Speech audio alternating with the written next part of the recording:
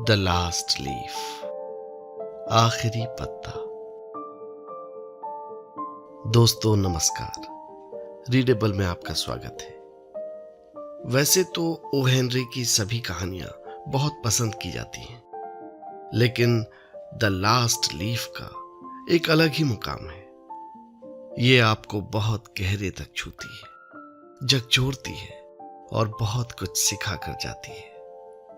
लीजिए सुनिए ये मार्मिक कहानी द लास्ट लीफ हिंदी में। पसंद आए तो लाइक, सब्सक्राइब और शेयर करना न भूलिएगा। धन्यवाद।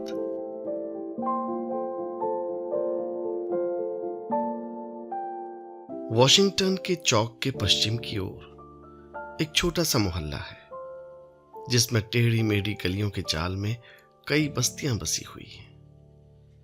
ये बस्तियां बिना किसी तरतीब के बिखरी हुई हैं। कहीं कहीं सड़क अपना ही रास्ता 2-3 बार काट जाती है। इस टूटे फूटे और विचित्र ग्रीनविच विलेज नामक मोहल्ले में दुनिया भर के कलाकार आकर एकत्रित होने लगे। वे सब के सब उत्तर दिशा में खिड़कियां, 18वीं सदी की मेहराबें, छत के कमरे और सस्ते किरायों की तलाश में थे। यहीं एक मकान की तीसरी मंजिल पर सू और जॉन्सी का स्टूडियो था। एक मैन से आई थी और दूसरी कैलिफोर्निया से। दोनों की मुलाकात 8वीं सड़क के एक अत्यंत सस्ते होटल में हुई थी। दोनों की कला रुचि और खाने पीने की पसंद में इतनी समानता थी कि दोनों ने मिलजुल कर यह स्टूडियो खोल दिया था। ये बात मई के महीने की थी। नवंबर की सर्दियों में एक अज्ञात अजनबी ने, जिसे डॉक्टर लोग निमोनिया कहते हैं, मोहल्ले में डेरा डालकर अपनी बर्फीली उंगलियों से लोगों को छेड़ना शुरू किया। पूर्वी इलाके में तो इस सत्यानाशी ने 20 लोगों की बलि लेकर तहलका मचा दिया था, परंतु पश्चिम की तंग गलियों वाले जाल में उसकी चाल कुछ धीमी पड़ गई। मिस्टर निमोनिया स्त्रियों के साथ भी कोई रियायत नहीं करते थे। कैलिफोर्निया की आंधियों से जिसका खून फीका पड़ गया हो, ऐसी किसी दुबली पतली लड़की का इस भीमकाय फुंकारते दैत्य से कोई मुकाबला तो नहीं था। फिर भी निमोनिया ने जॉन्सी पर हमला बोल दिया। वो बेचारी चुपचाप अपनी लोहे की खाट पर पड़ी रहती और शीशे की खिड़की में से सामने ईंटों के मकान की कोरी दीवार को देखा करती। एक दिन उसका इलाज करने वाले बूढ़े डॉक्टर ने थर्मामीटर झटकते हुए सू को बाहर के बरामदे में बुलाकर कहा, देखो सू, जॉन्सी के जीने की संभावना सिर्फ 10 में से 1 है, और वो भी तब जबकि उसकी इच्छा शक्ति बनी रहे। जब लोगों के मन में जीने की इच्छा नहीं रहती और वो मौत का स्वागत करने को तैयार हो जाते हैं, तो उनका इलाज दुनिया का कोई डॉक्टर नहीं कर सकता। सो इस लड़की के दिमाग पर भूत सवार हो गया है कि वो अब अच्छी नहीं होगी। मुझे एक बात बताओ, क्या उसके मन में कोई बोझ है? सू बोली, और तो कुछ नहीं, पर हां, किसी रोज नेपल्स की खाड़ी का चित्र बनाने की उसके मन में बड़ी इच्छा है। नेपल्स की खाड़ी का चित्र। दरअसल मैं ये पूछ रहा था कि क्या उसके जीवन में कोई ऐसा आकर्षण भी है कि जिससे जीने की इच्छा तीव्र हो, जैसे जैसे कोई नौजवान? सू बोली, नौजवान? नहीं डॉक्टर साहब, ऐसी कोई बात नहीं है। डॉक्टर बोले, सारी बुराई की जड़ यही है, कोई आकर्षण नहीं है। देखो सू, जो कुछ मुझसे मुमकिन है वो तो मैं करूंगा ही, पर जब कोई मरीज अपनी अर्थी के साथ चलने वालों की संख्या गिनने लग जाता है, तब दवाइयों की शक्ति भी आधी रह जाती है। अगर तुम उसके जीवन में कोई आकर्षण पैदा कर सको, कोई इच्छा पैदा कर सको, जैसे कि वो अगली सर्दियों में प्रचलित होने वाले कपड़ों के फैशन के बारे में चर्चा करने लगे, तो उसके जीने की संभावना कम से कम दुगनी तो हो ही जाएगी। अच्छा, मैं चलता हूं। डॉक्टर के जाने के बाद सू अपने कमरे में गई। रो रो कर उसका बुरा हाल था। फिर खुद को संभालते हुए कुछ देर बाद चित्रकारी का सामान लेकर वो सीटी बजाती हुई जॉन्सी के कमरे में पहुंची।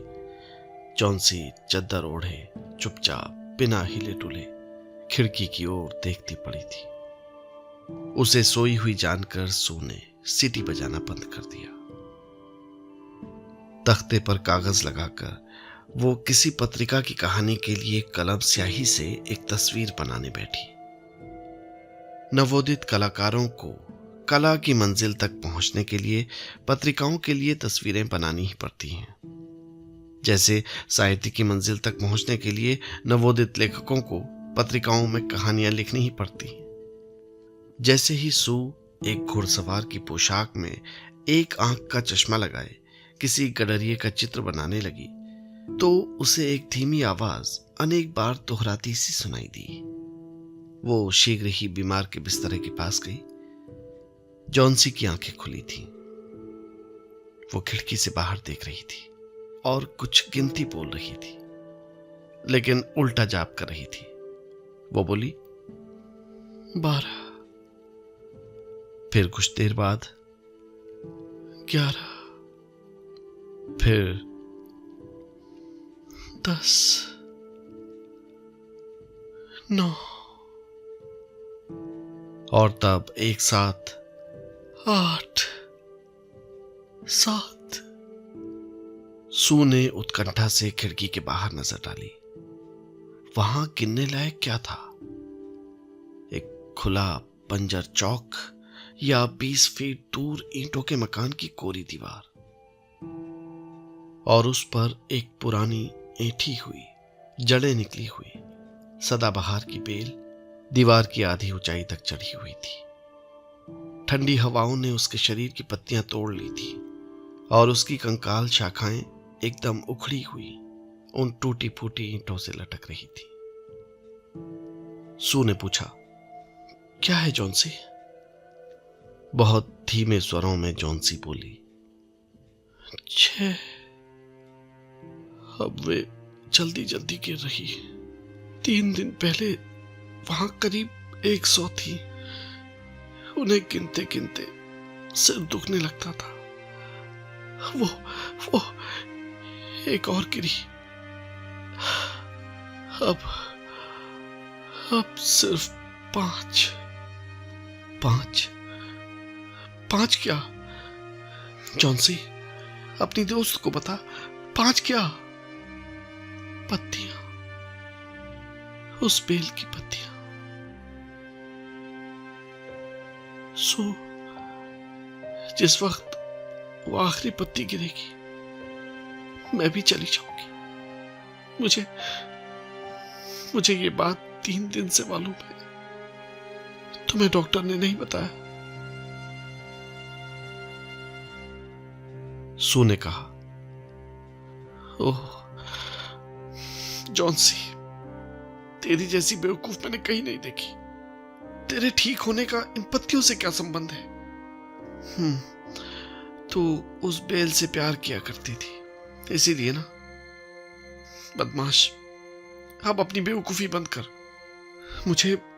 मुझे अभी सुबह ही डॉक्टर ने बताया कि तेरे जल्दी से ठीक होने की संभावना ठीक ठाक है, और इतनी है कि न्यूयॉर्क में जब हम किसी टैक्सी में बैठते हैं या किसी नई इमारत के पास से गुजरते हैं, तब भी जीने की संभावना इससे अधिक नहीं होती। प्यारी जॉन्सी, अब थोड़ा शोरबा पीने की कोशिश कर और अपनी सू को तस्वीर बनाने दे, ताकि उसे बेचकर वो अपनी बीमार दोस्त के लिए थोड़ी दवा और खुद के पेट के लिए कुछ रोटी ला सके। अपनी आंखों को खिड़की के बाहर टिकाए जॉन्सी बोली, सू, तुम्हें अब मेरे लिए और कुछ लाने की जरूरत नहीं पड़ेगी। वो एक और गिरी। नहीं, मुझे मुझे शोरबे की भी जरूरत नहीं। अब अब सिर्फ 4 रह गई है। अंधेरा होने से पहले उस आखिरी पत्ती को गिरते देख लूं, बस बस फिर मैं भी चली जाऊंगी। सू उस पर झुकती हुई बोली, मेरी प्यारी जॉन्सी, बस करना। कसम खा कि तू आंखें बंद रखेगी और जब तक मैं काम करती हूँ खिड़की से बाहर नहीं देखेगी। कल ये तस्वीर पहुंचा देनी है मुझे थोड़ा रोशनी की जरूरत है, वरना अभी खिड़की बंद कर देती। जॉन्सी ने पूछा, सू, क्या तुम दूसरे कमरे में बैठकर तस्वीर नहीं बना सकती? सू ने कहा, नहीं, मुझे तेरे पास ही रहना चाहिए और इसके अलावा मैं तुझे उस बेल की तरफ नहीं देखने देना चाहती। किसी गिरी हुई मूर्ति की तरह निश्चल और सफेद अपनी आंखें बंद करती हुई जॉन्सी बोली, अच्छा, काम खत्म होते ही मुझे बोल देना, क्योंकि मैं उस आखिरी पत्ती को गिरते हुए देखना चाहती हूँ। अब अपनी हर पकड़ को ढीला छोड़ देना चाहती हूँ और उन बेचारी पत्तियों की तरह तैरती हुई धीरे धीरे नीचे तक चली जाना चाहती हूँ। सू ने कहा, जॉन्सी, तू सोने की कोशिश कर। देख, मैं खान में मजदूर का मॉडल बनाने के लिए उस बेहरमैन को बुला लाती हूँ। अभी 1 मिनट में आई, और जब तक मैं नहीं लौटूं तो हिलना मत। बूढ़ा बेहरमैन उनके नीचे ही के कमरे में रहता था। वो भी चित्रकार था। उसकी उम्र 60 से भी अधिक थी। उसकी दाढ़ी माइकल एंजेलो की तस्वीर के मोजिस की दाढ़ी की तरह थी। बेहरमैन एक असफल कलाकार था। 40 वर्षों से वो साधना कर रहा था, लेकिन अभी तक वो अपनी कला से संतुष्ट नहीं था। वो हर तस्वीर को बनाते समय यही सोचता कि ये उसकी उत्कृष्ट कृति होगी, पर कभी भी वो वैसी बना नहीं पाता। इधर कई वर्षों से उसने व्यावसायिक या विज्ञापन चित्र बनाने के सिवाय ये धंधा ही छोड़ दिया था। उन नवयुवक कलाकारों के लिए मॉडल बनकर, जो किसी पेशेवर मॉडल की फीस नहीं चुका सकते थे, वो आजकल अपना पेट भरता था, जरूरत से ज्यादा शराब पी लेता और अपनी उस उत्कृष्ट कृति के विषय में बकवास करता रहता जिसके सपने वो संजोता था। सू ने बेहरमैन को अपने अंधेरे अड्डे में पड़ा पाया। उसमें से बेर की गुठलियों सी गंध आ रही थी।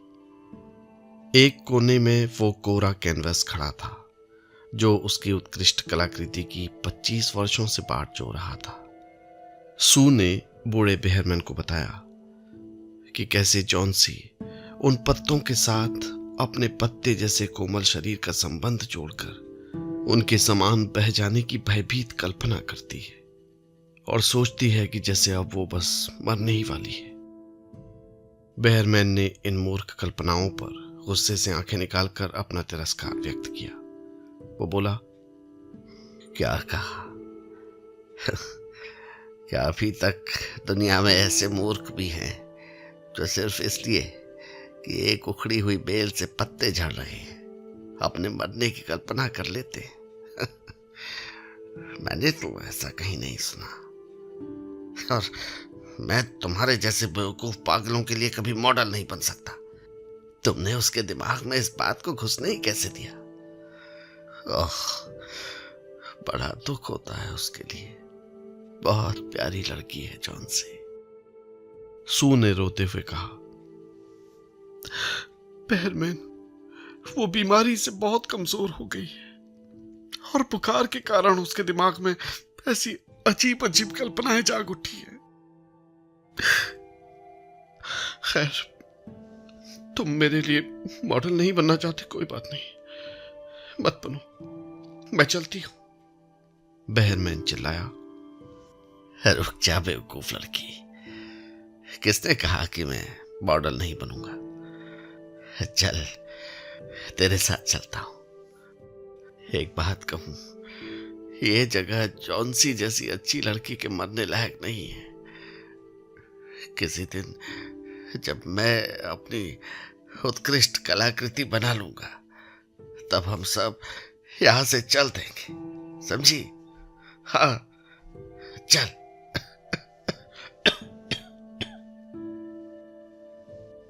जब वे लोग ऊपर पहुंचे तो जॉन्सी सो रही थी।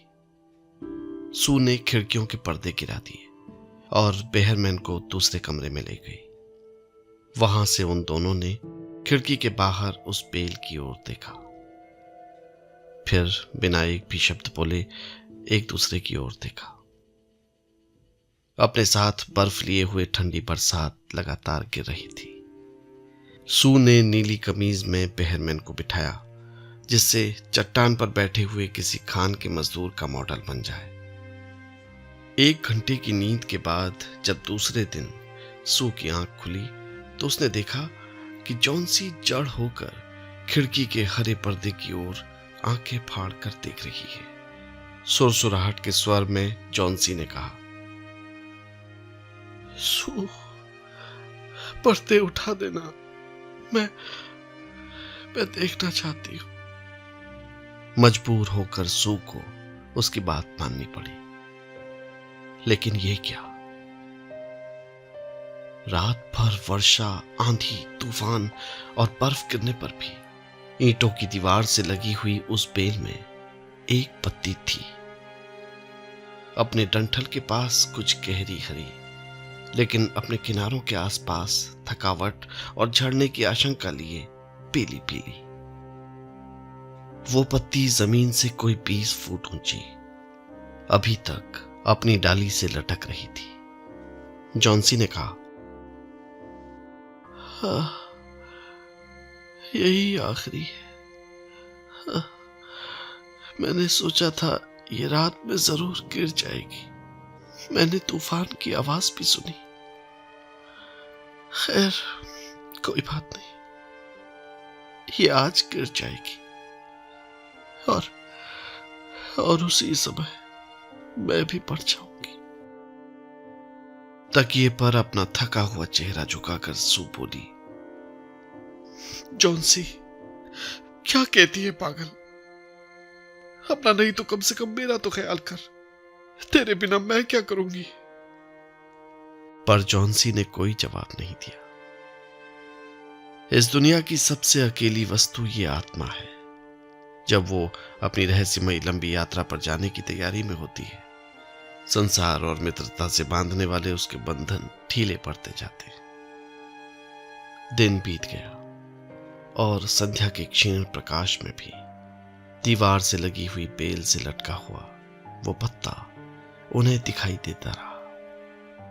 पर तभी रात पड़ने के साथ साथ उत्तरी हवाएं फिर चलने लगी और वर्षा की झड़ियां खिड़की से टकराकर छज्जे पर बह आई। रोशनी होते ही जॉन्सी ने फिर कहा कि पर्दे उठा दो। बेल में वो पत्ता अब तक मौजूद था। जॉन्सी बहुत देर तक उसी को एकटक देखती रही। फिर उसने सू को पुकारा, जो चौकी में स्टोव पर मुर्गी का शोरबा बना रही थी। बाहर का दृश्य देखते हुए जॉन्सी बोली, सू, मैं बहुत खराब लड़की हूं ना? सू ने कहा, नहीं मेरी प्यारी जॉन्सी, ऐसा क्यों कहती हो? देखो ना, कुदरत की किसी शक्ति ने उस अंतिम पत्ती को वहीं रोककर मुझे ये बता दिया कि मैं कितनी दुष्ट हूं। इस तरह मरना तो पाप है ना सू? ला, मुझे थोड़ा सा शोरबा दे। नहीं, उससे पहले जरा शीशा दे ताकि मैं अपने आप को देख सकूं, और मेरे सिरहाने पर तकिया लगा दे ताकि मैं बैठे बैठे तुझे खाना बनाते हुए देख सकूं।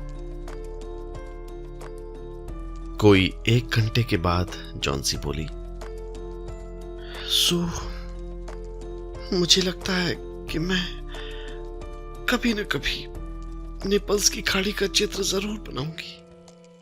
उसकी ये बात सुनकर सू की आंखें भीग गईं।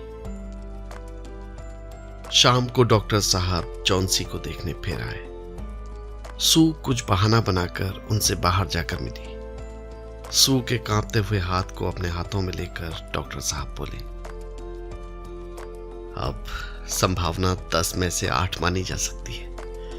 अगर देखभाल थोड़ा अच्छी हुई तो तुम जीत जाओगी।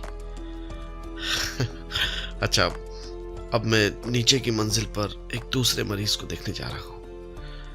क्या नाम है उसका? बेहरमैन। शायद कोई कलाकार है। उसे निमोनिया हो गया है, बहुत बुरी हालत में है, बचने की कोई संभावना नहीं। हो सके तो आज उसे अस्पताल भिजवा दूंगा, वहीं ज्यादा आराम मिलेगा। अगले दिन डॉक्टर ने सू से कहा, सू, जॉन्सी अब खतरे से बाहर है, तुम्हारी जीत हुई। अब बस थोड़ा और देखभाल की जरूरत है, वो पूरी तरह ठीक हो जाएगी। उसी शाम को सू जॉन्सी के पलंग के पास आकर बैठ गई। वो नीली ऊन का एक बेकार सा गुलबंद निश्चिंत होकर बुन रही थी। सू को देखते ही उसने अपनी बांह सू के गले में डाल दी। सू बोली, मेरी प्यारी जॉन्सी, तुझसे एक बात कहनी है। पता है, आज सुबह अस्पताल में मिस्टर बेहरमैन की निमोनिया से मृत्यु हो गई। वो सिर्फ 2 रोज बीमार रहे। परसों सुबह ही चौकीदार ने उन्हें अपने कमरे में दर्द से तड़पता पाया था। उनके कपड़े, यहां तक कि जूते भी पूरी तरह भीगे हुए और बर्फ के समान ठंडे हो रहे थे। कोई नहीं जानता कि ऐसी भयानक रात में वो कहां गए थे, लेकिन उनके कमरे से एक जलती हुई लालटेन, एक नसैनी, 2-4 ब्रश और फलक पर कुछ हरा और पीला रंग मिलाया हुआ मिला। जॉन्सी, जरा खिड़की से बाहर तो देख, दीवार के पास की उस अंतिम पत्ती को। क्या तुझे कभी आश्चर्य नहीं हुआ कि इतनी आंधी और तूफान में भी वो पत्ती हिलती क्यों नहीं? प्यारी जॉन्सी, यही बेहरमैन की उत्कृष्ट कलाकृति थी। जिस रात को अंतिम पत्ती गिरी थी, उसी रात उसने इसे बनाया था।